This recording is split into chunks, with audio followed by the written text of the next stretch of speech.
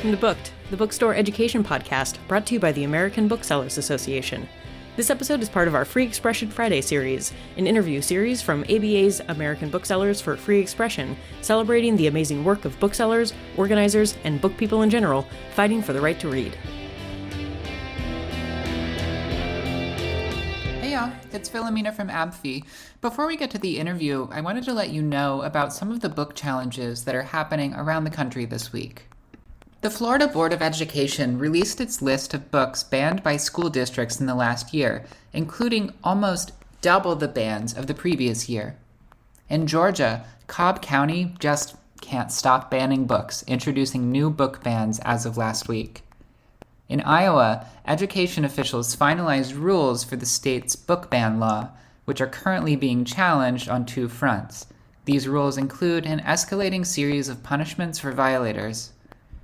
In Michigan, legislators will vote on a package of bills to protect books before newly elected members are sworn in.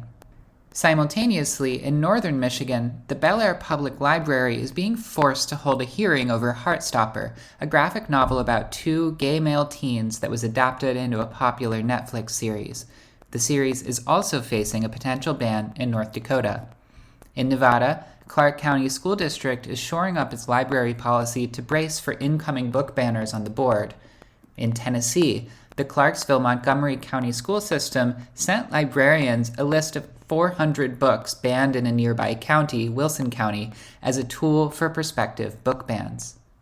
In Texas, the 2025 state legislative session, which convenes biannually, is off to a bad start, with two pre-filed bills already seeking to ban books statewide. In Virginia, the Samuels Public Library in Front Royal faces a controversial replacement of the board by the county after the current board refused to ban books. And in Washington, Centralia School District's school board meetings have been targeted by book banners, driven by the publisher of a local news outlet.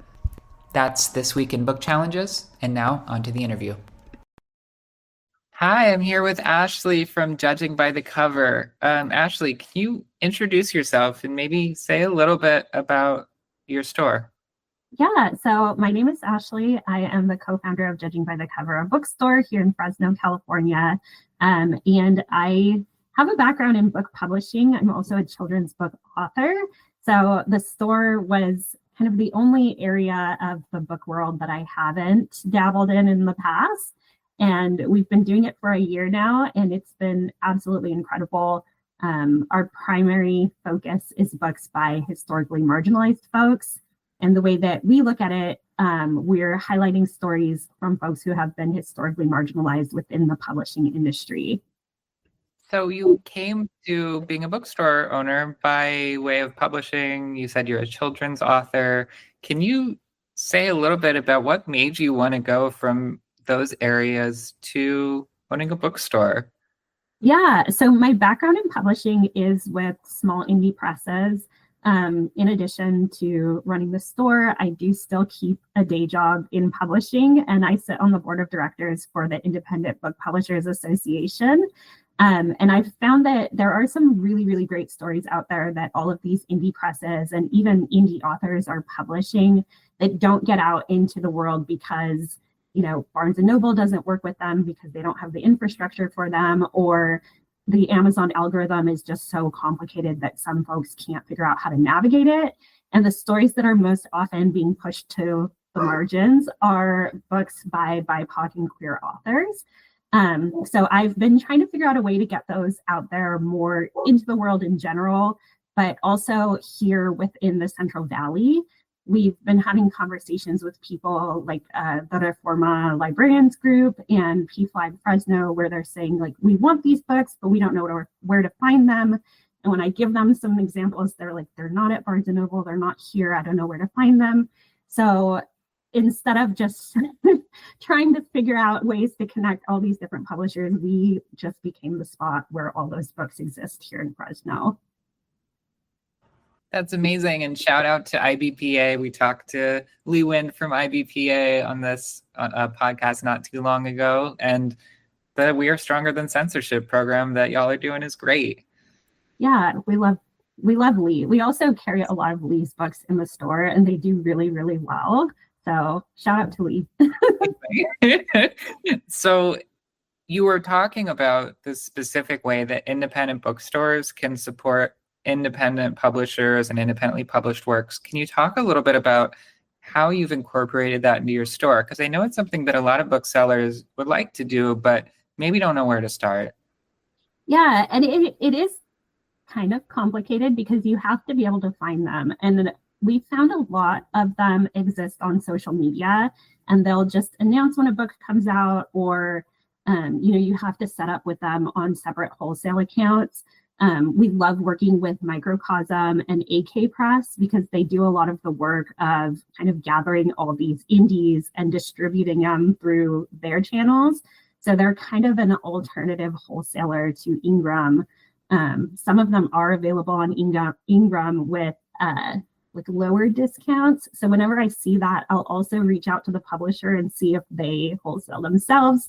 If I'm being entirely honest, we have a lot of vendors because I think it's worth it to work with the indies. And our customers really like it. Like, one of the most common things that we hear from our customers is that there are books in our stores that they have never seen before, but they love them and they keep coming back. And so for us, it's worth it to take on all these vendors and all these indies with different terms. But I can see how for some it might not be. And if that's a fear, I recommend going the Microcosm and AK route. So if I'm correct in this, you started as a pop-up and were a pop-up for a long time. Can you talk a little bit about that period and your path from a pop-up to opening a storefront? Yeah, so as a pop-up, what we were doing was curating different book experiences. So each pop-up had a different theme with our overall mission still in mind. So we did a pop-up that was all queer books. We did one that was all hip-hop themed. We've done some that are like mindfulness, self-care, and we were working with different outlets that knew that people were looking for resources or people were looking for entertainment in some way, working with like small vendor fairs and also trying to create a resource library for even like educational events. One of our biggest pop-ups was at the Queer Housing Summit that one of our local organizations puts on every year. And for that one, we were specifically looking at resources for finances and resources for like activism around, I guess, building an infrastructure. And so also with a queer lens and also with a lens towards like marginalized people. And it was really fun to source all the books, but also to see people who were already excited about the topic find resources that they can take home with them after the summit was incredible. And so are there aspects of that, of your approach as a pop-up, that you are excited to carry into the store? And alternatively, are there things that you're excited to do now that you have a storefront that you couldn't do as a pop-up?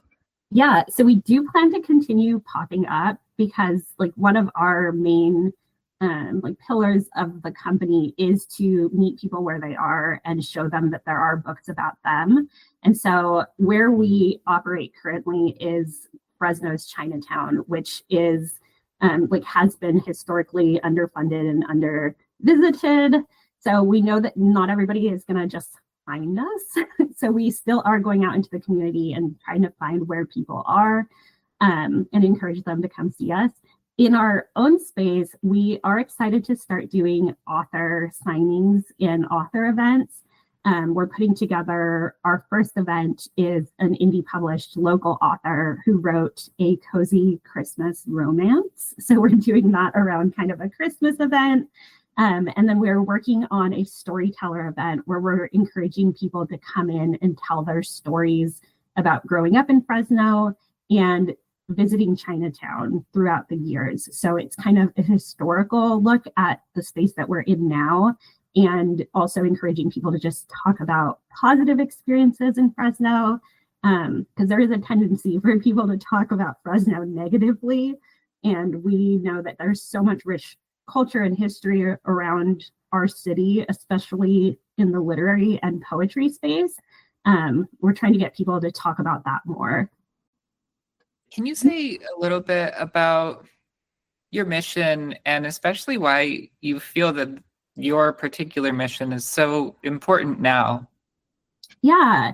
So one of the things that really launched us from like, we are the book people that talk about books with other people in Fresno to like, we are going to make a bookstore, was that Fresno had its own version of a book ban coming into play. Our board of supervisors had passed a Parents Matter Act that was going to essentially make any queer literature inaccessible in our libraries. And, we are definitely against it. We didn't want to see that happen. And so we wanted to go out with queer books. That's why our first pop-ups were all queer literature, to show that like there's nothing wrong with these titles, there's nothing bad about these books, and that people actually want to see them.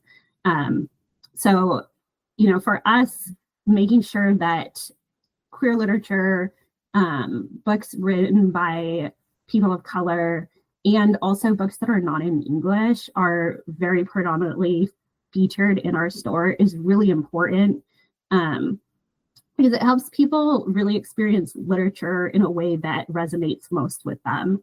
When we were doing the queer pop-ups, we had people like burst out into tears because they had never seen so many queer books in one space. They didn't even know that there were like queer romance books because they're not easily found in like mainstream stores. And so for us, like that's the most important part, is letting people know that these books exist. There is a book for you. There is a book about you. There are books with characters that look like you. And everyone can be a reader if they find the book that they most resonate with. So we're trying to make that happen by just having them there. And in addition to being a store, we do a lot of different things where we try to give books away. We have a free book box in the store where we take books from our own shelves or books that are donated by other customers and let people just take a book in case they can't afford to buy one. We also do a program that's called Give a Book, where if you are checking out and you want to add an extra $10, we kind of tack it up on a wall as a running tab. So if someone sees a book they really like, but they only have $5 and it's $15, they can pull the 10 and use it as part of their checkout process.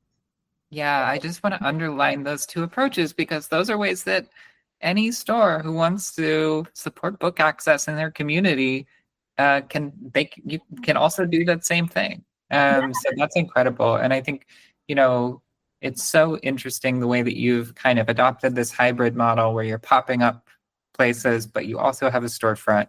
I think it's really exciting. And I'm sure other people will also want to know, how can they follow you? How can they follow all the great things that Judging by the Cover is doing?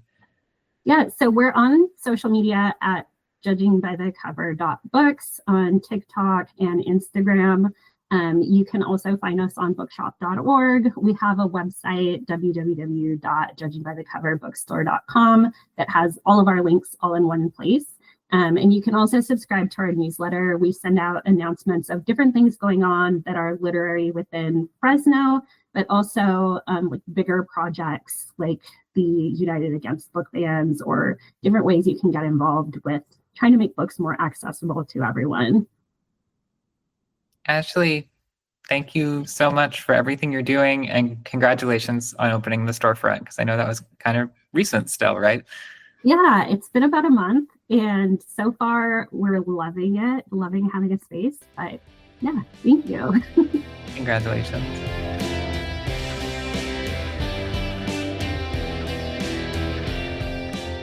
Thank you for listening to Booked, the Bookstore Education Podcast brought to you by the American Booksellers Association. Don't forget to subscribe to the show on your favorite podcast app. Additional educational resources can always be found on the ABA website at www.bookweb.org. Happy reading!